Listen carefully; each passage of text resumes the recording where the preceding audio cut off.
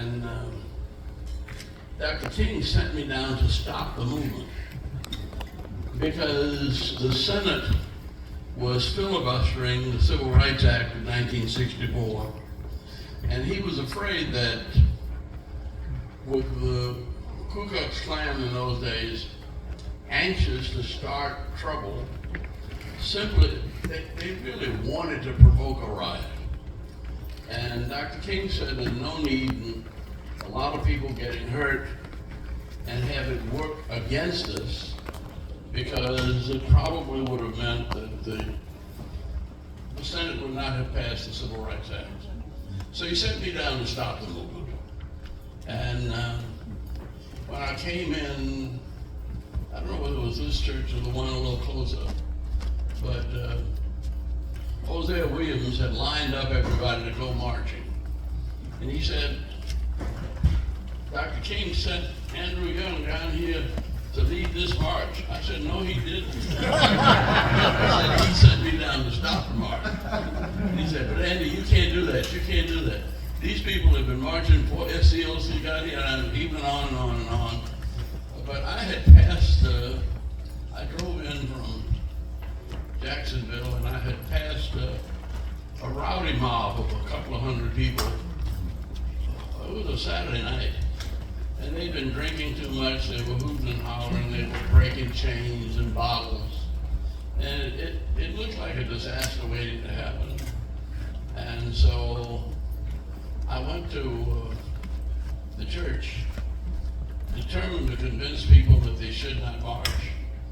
Well, they were already lined up. And I thought, well, maybe I'll march them down the street here.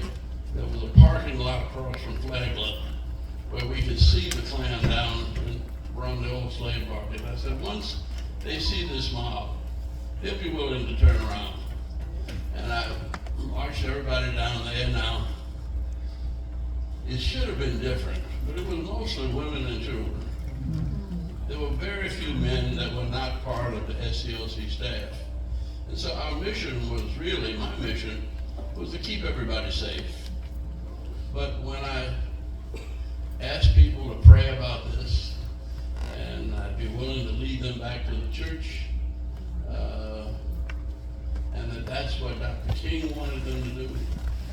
And then when I finished praying,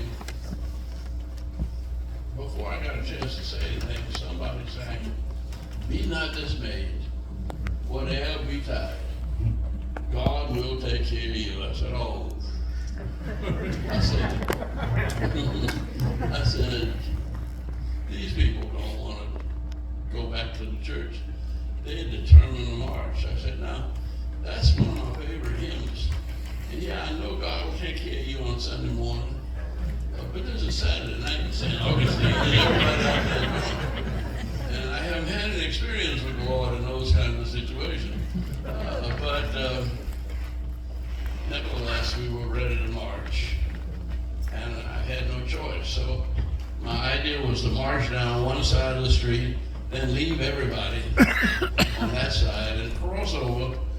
And it wasn't just ego. I grew up in a neighborhood in New Orleans with an Irish grocery store on one corner, an Italian bar on the next.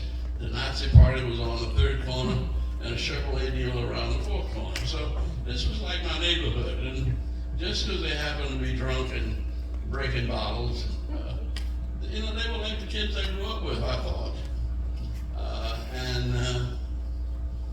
So I decided to leave them the marches on one side of the street, and I'd go over and talk to them.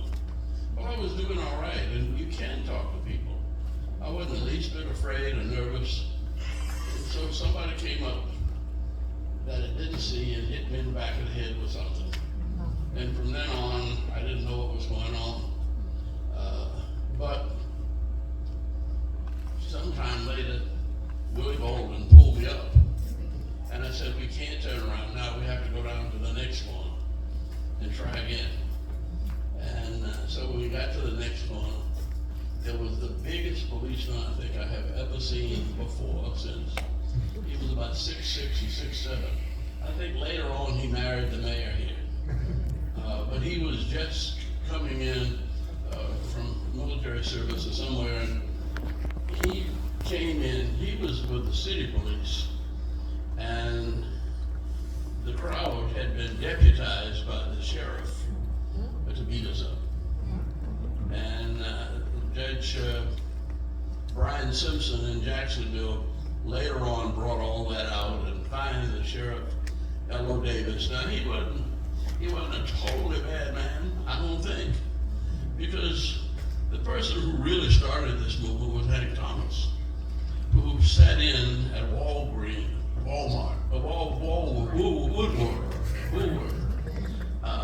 and the sheriff went and got him. I know it was the same sheriff, and took him to his grandmother. His grandmother sent him back to Howard University and told him to stay out of trouble. He didn't. He got in the Freedom Rides in Washington, and later joined the military as a medic and won the Purple Heart. He came back to Atlanta and bought a Dairy Queen, and then he traded the Dairy Queen in for 3 McDonald's, and then he switched out of McDonald's and he ended up with 3 Marriott hotels somewhere down here in Florida. And he's still struggling with diabetes, and I haven't been able to get him on the phone, but I always think of him as the one who started this movement and who saw the movement through from beginning to end, and he was successful in every phase of the movement, from the demonstrations and the nonviolence to the military service to the business success.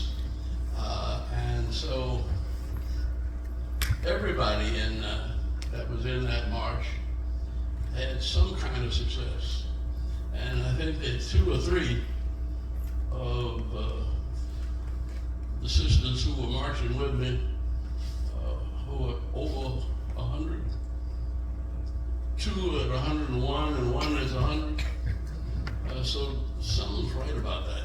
Right. But what was really right about it was a few people stood up, and then when this big policeman came and he said, you all gotta let these people through.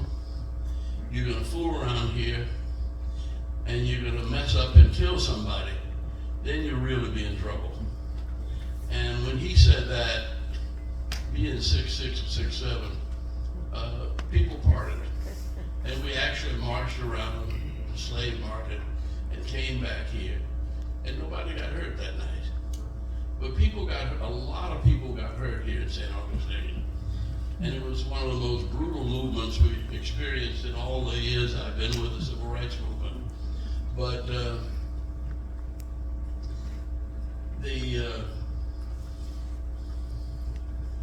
march here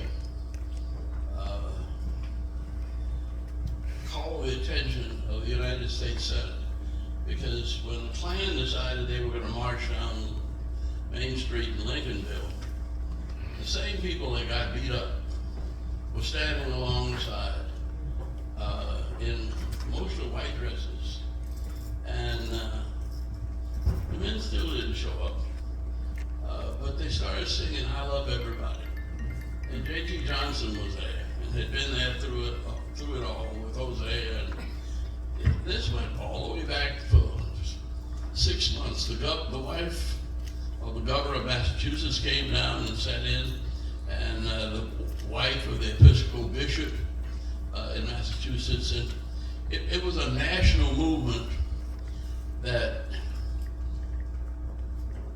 on July the 2nd, it passed the Civil Rights Act of 1964, and that really changed the whole South. And it was people here in St. Augustine, so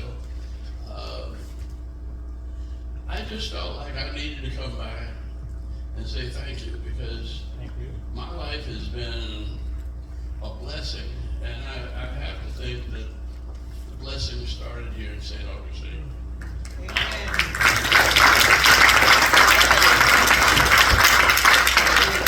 might not have known this, but Flagler decided that they were going to have a Southern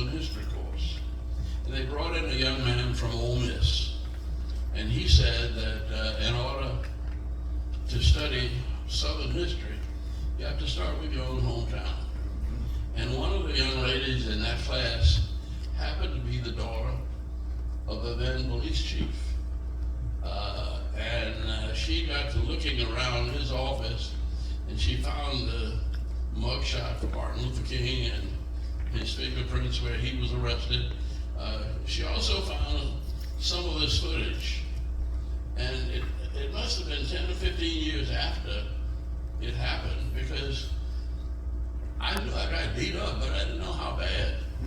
Right. And it wasn't until we got this film from a Southern history class at Flagler that we began to realize how much of this story we didn't know, and how the Lord works in mysterious ways, His wonders to perform. All right. So thank you, all of you who prayed for us, who worked with us, who fed us, who gave us a place to stay, because there were no hotels that were open then. And you sure made my life a blessing. And this was probably where, where it all got started. There's no remission of sins without the shedding of innocent blood. And I think we shed a lot of blood here at St. Augustine. I never shed it either. That's one of the things that worried me. I got beat up, I had knots all over me, but I didn't bleed. And I didn't even have a headache. And it was because of JT's good buddy who pulled me out of the mob, Willie Bolin, that I think I'm here today to say thank you. Thank you for your prayers. Thank you for your faith in democracy.